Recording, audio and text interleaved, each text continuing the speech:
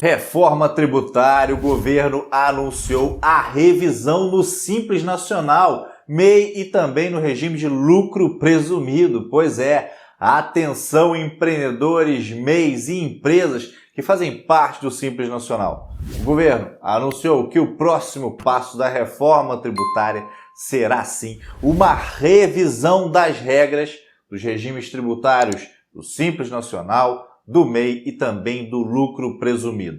O anúncio foi feito durante a live Caminhos para a Reforma Tributária, promovida pelo jornal Poder 360, realizada na última quarta-feira, com a participação, inclusive, do secretário especial da Receita Federal, José Tostes. Na transmissão, ele explicou que o objetivo desta revisão no Simples Nacional é corrigir distorções que foram se acumulando nestes regimes tributários ao longo dos últimos anos.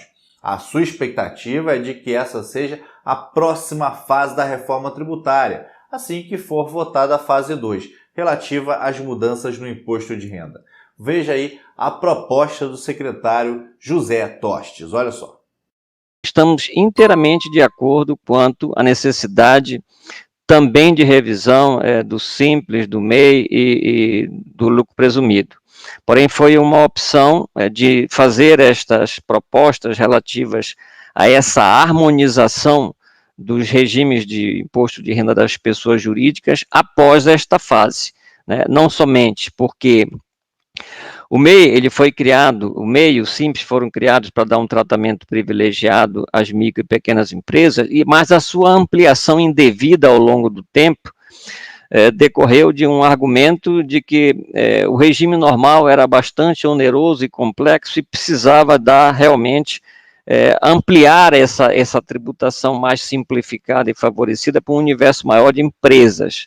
Porém, na medida em que a gente faz a revisão e reduz, como está sendo feito substancialmente, a alíquota do regime normal, entendemos que passo seguinte seria fazer a revisão das distorções hoje existentes no MEI e no Simples. José Tostes, além de falar sobre a revisão no Simples Nacional, explicou como se dará a união do PIS e da COFINS para a criação da CBS e a futura evolução para o IVA nacional no modelo dual com a incorporação do ICMS e do ISS. Vamos ouvi-lo, olha só. Esse projeto ele visa, então, estabelecer uma nova incidência sobre bens e serviços, extinguindo as atuais contribuições do PIS e da COFINS, que são um conjunto de incidências bastante diferenciadas para vários setores e com mais de uma centena de regimes e tratamentos especiais que tornam o PIS e a COFINS extremamente complexos e com alguns problemas que estão sendo encaminhadas às suas soluções nesse projeto. Então, a CBS, ela visa uma tributação uniforme e padronizada sobre bens e serviços. Na CBS, nós estamos promovendo a extinção total da cumulatividade, com a cobrança apenas sobre o valor adicionado por empresa, promovendo dessa forma uma total desoneração das exportações dentro da cadeia das exportações. E a CBS, ela endereça a solução para algumas fontes hoje importantes de litígio e contencioso, como as discussões existentes sobre o conceito de insumo, que pode ou não pode ser deduzido, já que haverá o aproveitamento integral de todos os créditos, a própria exclusão do ICMS e do ISS da base de cálculo e a incidência do tributo apenas sobre as receitas operacionais, também eliminando a discussão sobre a receita bruta hoje existente nas contribuições do PIS e COFINS. Então, esses são os principais princípios e regras que estão propostas no projeto de lei da CBS. Não obstante nós estarmos iniciando com uma proposta de um imposto sobre valor agregado federal, entendemos que é possível e é aderente a futura fusão desta contribuição de bens e serviços com o ICMS e o ISS, o ICMS estadual e o ISS municipal, num possível futuro IVA nacional no modelo dual, que é o modelo que nós defendemos e que estamos em discussão com o Senado, dentro da PEC, das PECs que foram encaminhadas aí também em períodos anteriores, para que se possa avaliar e, sobretudo, definir essa possibilidade de, num futuro, haver essa fusão da CBS com o ICMS e o ISS, construindo, então, essa incidência nacional de um IVA sobre bens e serviços. O secretário também comentou que ainda não está fechada a questão sobre a CBS não incluir nesta etapa o ISS e o ICMS, apesar de o ponto não constar na proposta inicial do governo. Veja só o que ele disse. Já há 2 semanas nós estamos tendo reuniões frequentes com o relator da PEC, o senador Roberto Rocha. Ainda ontem tivemos uma reunião com a equipe do relator e mais secretários de Fazenda estaduais, e estamos avançando na construção de um acordo que tem como objetivo exatamente atender essa expectativa que é importante, né, de termos uma incidência única sobre o consumo, sobre os bens e serviços, que contemple os tributos federais, estaduais e municipal. Então, esse é um esclarecimento importante. Não obstante, nós entendermos que a reforma relativa à CBS, com a substituição do PIS e COFINS por essa nova contribuição, é sim um avanço importante. Mas, como eu disse, estamos também trabalhando para tentar viabilizar. É claro que essa viabilização vai se dar num período de tempo que for acordado, porque, como sabemos, a transição, sobretudo do ICMS, para um tributo dessa natureza, um IVA, requer um período de tempo, o que não ocorre da mesma forma com a CBS. Então, nós há muito tempo estamos propondo que a CBS seja a primeira fase desse futuro tributo que integre o ICMS e o ISS, e, como eu disse, estamos trabalhando nessa a tentativa de construir esse acordo que possibilite termos um tributo nacional sobre bens e serviços, como é o desejo e como é a vontade da maioria, em função dos problemas que temos hoje com essas incidências partilhadas e que trazem uma complicação enorme. Outro item comentado pelo secretário especial da Receita Federal foi sobre a fase 2 da reforma tributária, que trata das mudanças no imposto de renda. Veja o que disse José Tostes sobre este assunto. Esse projeto do imposto de renda trata tanto do imposto de renda à pessoa física como jurídica e do imposto de renda na fonte. No tocante à pessoa física, como já apresentado inicialmente aí pelo Fernando, uma alteração, um reajuste na tabela progressiva do imposto de renda da pessoa física, de 31% na faixa de isenção e em torno de 13% nas faixas seguintes, né, propiciando aí uma redução importante de tributos para o rendimento do trabalho assalariado. Há também a autorização de atualização para fins tributários do valor de bens imóveis localizados no país, além do reajuste da tabela, a tributação favorecida da atualização dos bens imóveis, o foco do desconto simplificado nas rendas inferiores, com um limite reduzido de hoje de 16 mil para 8 mil, o que alcança rendas até 40 mil por ano, e uma das medidas mais importantes e certamente uma das mais discutidas, a tributação dos lucros e dividendos, né? Como sabemos, houve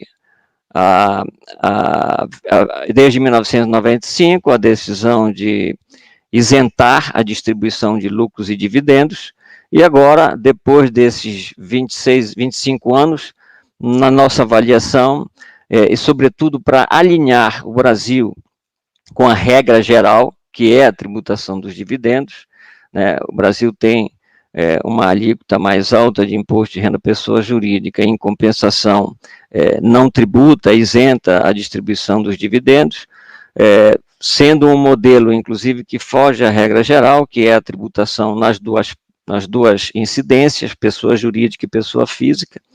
Então, nós estamos promovendo a volta da tributação da distribuição dos lucros e dividendos a uma alíquota de 20%, porém, estabelecendo um limite de isenção para a distribuição até R$20 mil por mês, feitas por micro.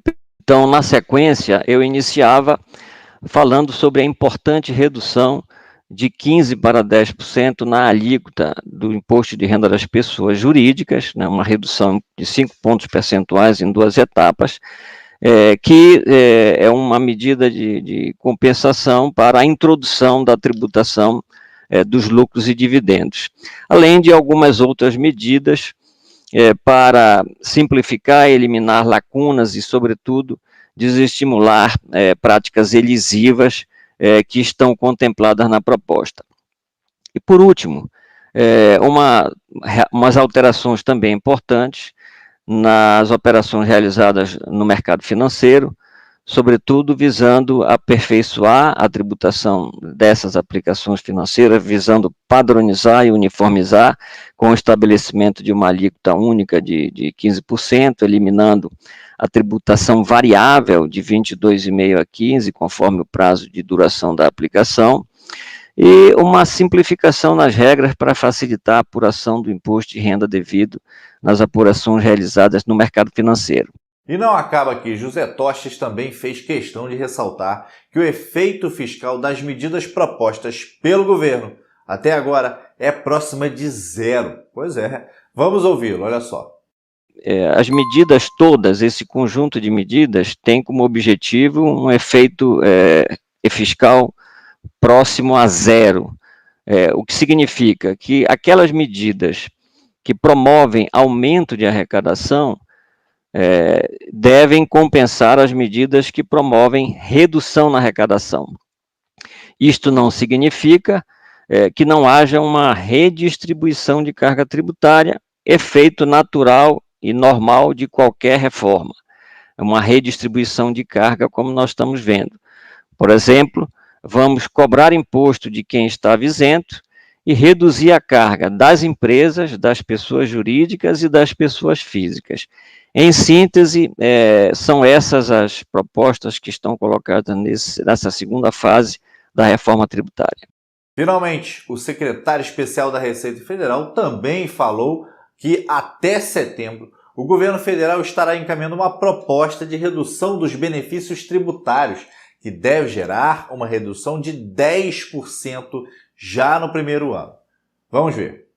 Nós temos aí, como disse o professor Isaías, um mandamento aprovado aí pela PEC do equilíbrio fiscal, de encaminhar, num prazo de 6 meses, que vai até setembro, uma proposta de redução dos benefícios tributários que produza, no primeiro ano, uma redução no mínimo de 10% em relação aos atualmente vigentes, e num prazo de 8 anos, que se reduza a metade, né, a 2% do PIB, a metade dos 4,2% hoje existentes. Então, esse é uma obrigação que nós vamos cumprir, e nesse sentido, encaminhar essa proposta visando essa redução. O que é que o ministro propôs? Que se aproveitasse essa proposta, né, para antecipadamente, já agora, por ocasião da discussão desse projeto de lei, e já incluir um montante de redução desses benefícios que possa ser utilizado no seu ganho para reduzir ainda mais a alíquota do IRPJ. Então, essa antecipação da redução dos benefícios seria utilizada agora no PL para, então, promover a redução da alíquota. Nós estamos exatamente nesse momento, nesta semana, debruçados em cima do rol de benefícios para, então, definir quais seriam. em função da sensibilidade do tema e, sobretudo, em função de que a decisão ainda não foi tomada, eu não vou, infelizmente, poder indicar quais seriam esses benefícios e, de uma certa forma, antecipar o debate que vai ser feito a partir da apresentação desse plano. São dezenas de benefícios que nós estamos analisando e considerando, não só do aspecto da viabilidade, como também do aspecto do número que isso representa, mas eu não posso ainda hoje, já hoje, antecipar quais seriam e quais aqueles que estariam assim, com mais evidência de serem incluídos. Vamos seguir monitorando tudo a respeito da reforma tributária, claro que vem a impactar diretamente empreendedores e empresas. E para você que chegou até aqui, aproveito para lhe pedir aquela gentileza de sempre. Deixe o seu like neste vídeo e compartilhe estas informações.